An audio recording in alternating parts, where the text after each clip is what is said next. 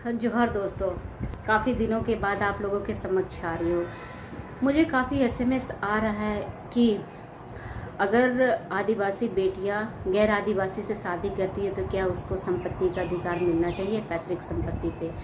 अगर देखा जाए तो बेटियों को हर तरीके से अधिकार मिलना चाहिए, लेकिन एक शर्त पर, अगर बेटियां गैर आदिवासी से शादी करती है तो उसे संपत्ति का अधिकार नहीं मिलना चाहिए। क्यों?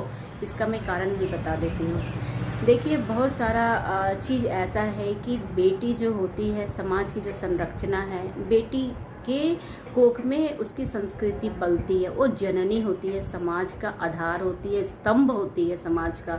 तो अगर बेटी दूसरे संस्कृति में चली जाती है, दूसरे गैर आदिवासियों से शादी करती है, तो उसका कहीं ना कहीं उसकी संस्कृति का पतन हो जाता है। और अगर संस्कृति का पतन हो गया यानी कि आपके समाज का पतन हो गया।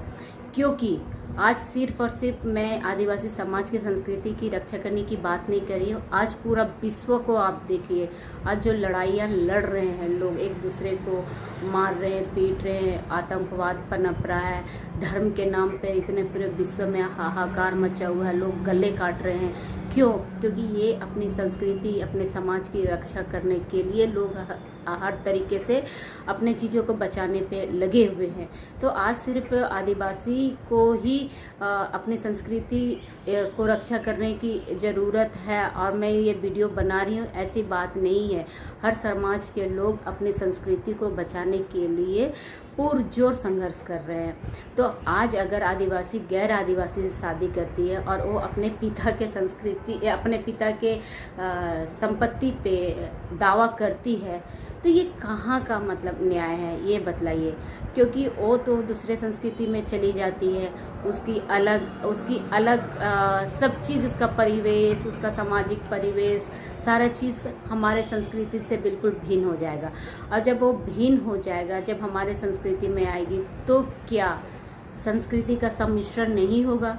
और जहाँ पे अगर संस्कृति का सम्मिश्रण हो जाएगा तो कहीं न कहीं धीरे धीरे हमारे जो पुरखों का बचाया हुआ, हमारा जितना चीज़ भी आध्यात्मिक शक्ति हुआ, चाहे कुछ भी है, धीरे धीरे ख़त्म हो जाएगा। फिर यही होगा कि हम आने वाले कल में कहते हैं ना कि रेत में से अपना चीज़ों को बना रहे हैं कि एक बार पानी आया फिर वो ढह गया। यही हो रहा है अभी। आज हमारे बीच में बचा ही क्या है? भाषा ख़त्म हो जा रही है, हमारी संस्कृति ख़त्म हो जा रही है, हमारी खान पान ख़त्म हो जा रही है। तो हम क्यों रुई में सुई डालने जैसा, कि रुई है सुई डालने जैसा हम उसको ढूंढते रहेंगे? नहीं, ये चीज़ कभी नहीं होना चाहिए। हम अगर संस्कृति की रक्षा और हमारी संस्कृति को बचाना है तो गैर आदिवासी से जो भी बहनें शादी कर रही है तो ठीक है, उसकी अपनी ज़िंदगी है, उसकी अपनी राय है, पर वो पुनः अपने पिता की संस्कृति पे अधिकार नहीं करना चाहिए, क्योंकि उनका कोई हक नहीं है। क्योंकि अगर उसको हक दिया जाता है तो कहीं ना कहीं सारा चीज़ आदिवासियों का ख़त्म हो जाएगा। ये चीज़ हमको समझना पड़ेगा।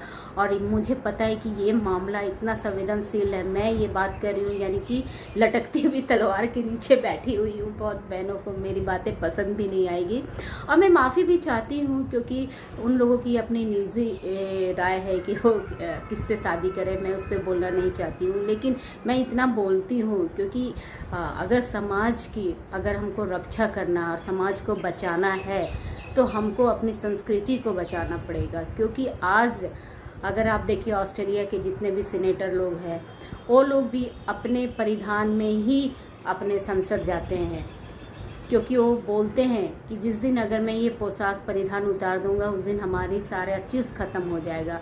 आज भाषा ख़त्म हो जा रही है हमारी। आज हम कहाँ क्या खुद को आइडेंटिफाई करने के लिए हमको गूगल में सर्च करना पड़ता है, किताबों में सर्च करना पड़ता है। हम खुद को सही तरीके से प्रमाणित नहीं कर पाते हैं कि हम कौन हैं, हमारे पुरखों का जो रीति रिवाज, आध्यात्मिक शक्ति क्या थी। तो फिर अगर हम गैर आदिवासियों से शादी करते हैं तो कहीं ना कहीं फिर हम उन चीज़ों पे, एक तो ऐसे ही हमारा इतिहास को इतना प्रहार किया गया है, इतना हमारे इतिहासों को ख़त्म कर दिया गया है, और ऊपर से अगर हम गैर आदिवासियों से शादी करते हैं तो हमारा सारा चीज़ ख़त्म हो जाएगा। तो इसलिए मैं अपनी बहनों से आग्रह करती हूँ कि प्लीज़ कृपा करके आपको अपने संस्कृति के प्रति, अपने समाज के प्रति थोड़ा सा कट्टरपन होना